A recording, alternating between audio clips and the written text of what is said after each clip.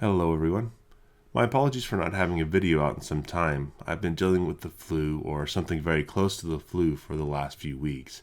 I'm still not 100%, but I'm getting better, though my voice is still a bit off. The footage for this video was taken some time back, and originally I was not going to make a video out of it because it deviates from the norm. However, being sick has made me reconsider this, given that I don't have any other ready-to-go footage out there. This is a vintage Mattel Redline rally case from around the late 60s, early 70s. Kids could buy these cases and store their Redline collection in them. This one comes from a co-worker of my wife's who asked if I could fix and restore it. These were very cheaply made cases, and you don't see very many of them floating around today.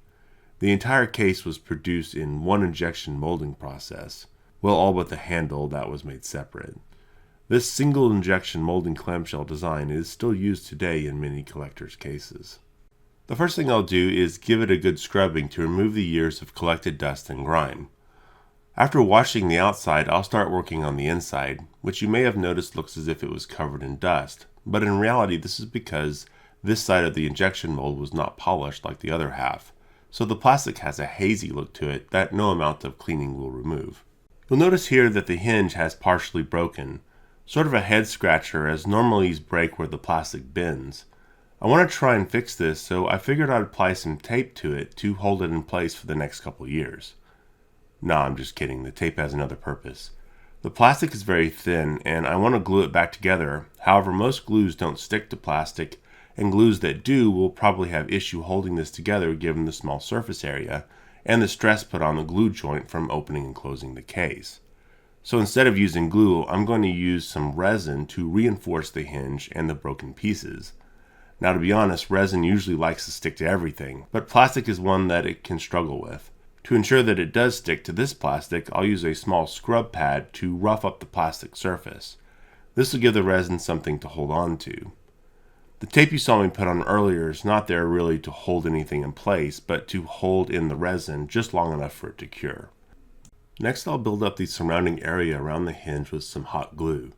This will hold the resin in and keep it from leaking through the case. Hot glue will stick to the plastic, but it can be removed later after the resin has cured. Now I'm ready to mix up my resin. The resin I'm using is 1:1 by mass. I will pour 2 cups of 10 grams of both A and B parts. Before I mix them together, I'll add in some resin dye, here black to match the case. This will save me from having to paint the resin, as it would cure to white without the dye. 20 grams of resin is more than I need, but you always want a little more than you need. But more importantly, especially if you're making small parts or using small amounts of resin, you want to make up enough to offset the container loss. If you had a part that needed only 2 grams of resin, and I measured out 1 gram in each cup and then poured one into the other, there's a good chance the reaction will not occur because there's probably half a gram of resin on the sidewalls of the container I poured from. So my ratios would be way off. By making up a batch of several grams, it won't be as off and less risk of failure. After I have the parts mixed together, I can go for my pour. This resin has a 7-minute pot life, so I do need to move pretty quickly. The resin starts off like water, but its viscosity changes over time. After about 3 minutes, it's closer to motor oil. I want to be sure to pour this while it has that water-like viscosity because I want it to seep down between the cracks and around the broken parts. After the pour, I'll set the part aside for a few minutes to cure. I decided to start working on the large sticker that is missing on the front of the case while I waited a few hours for the resin to fully cure. The original sticker is long gone, but I happen to have one from another case.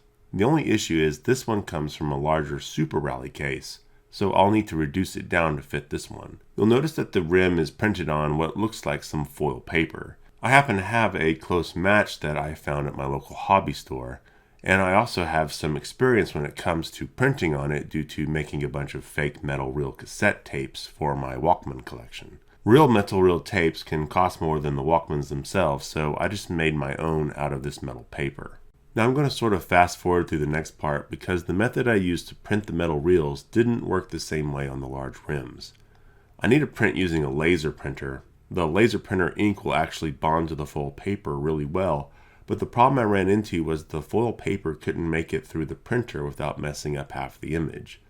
So I did a whole bunch of back and forth until I finally got it to work by cutting a sheet of the foil paper down to 8.5 by 11 and then running the whole sheet through the printer. This allowed me to finally get a good print, and then all I had to do was cut out the image with the laser cutter. Now, to be honest, I don't know how good this is for your laser printer, so keep that in mind before you try it. By the way, I realize not everyone has a laser to cut circles, but really it's unnecessary. You can buy a cheap rotary paper cutter from Amazon and get the same results. I'll leave a link below. So it's been several hours now and the resin has fully cured. I can go ahead and remove the hot glue I applied earlier, which ended up being a lot more difficult than I thought it would be, but eventually I did get it all off. Taking a look inside, I'll remove the tape and some paper towels I placed inside to catch any resin that might seep through. Luckily none did, and you can see that the broken parts have been completely covered by resin. This should reinforce the hinge and allow it to work until the plastic finally gives up the ghost. As long as it's not open and closed all that much, it should last a long time. Next I want to look at polishing the plastic a bit. I thought this would be the easiest thing to do, but in the end it was the most difficult. The plastic they made this out of does not like to be polished. In fact, using any polishing compounds actually dulled the surface instead of polishing it. I finally found a workaround by polishing the plastic with a buffing wheel and no polishing compound. You can see here how it works. I'll go over the entire case, but it's very limited in how much polishing you can get out of it. Now I want to fix the painted raised lettering, and I decided to apply it in a similar way that it was originally painted on. To do this, I'll use a flat piece of granite and I'll tape on a sheet of the foil paper. To the paper I'll apply some red paint and cover it in a thin layer. After this, I'll apply the case to the paint sort of the way you would a stamp. All the raised lettering will pick up the paint. Any areas that were missed, I'll apply some paint with a small brush. If you have a paint pen, it would probably work just as good and less mess, but I sort of wanted to try out the original process here, as I think it's more interesting than using a paint pen, and it certainly is more messy. After the paint dries, I can finally add on the rim sticker to the middle of the case. I just used some spray adhesive that I applied to the back of the foil paper, and then apply the sticker to the case and apply pressure evenly over the entire area for good adhesion. And with that, this project is done. With luck, this case will last another 40 years or so and look good on display. Again, I want to thank everyone for putting up with my messed up voice and lack of videos this month. I had big plans for the end of 2019, but everything got pushed into 2020. I may have one more video out this year before we march into next year and Kappa and all the fun that might entail. So let me know what you think below, and I'll see you again next time. Bye-bye.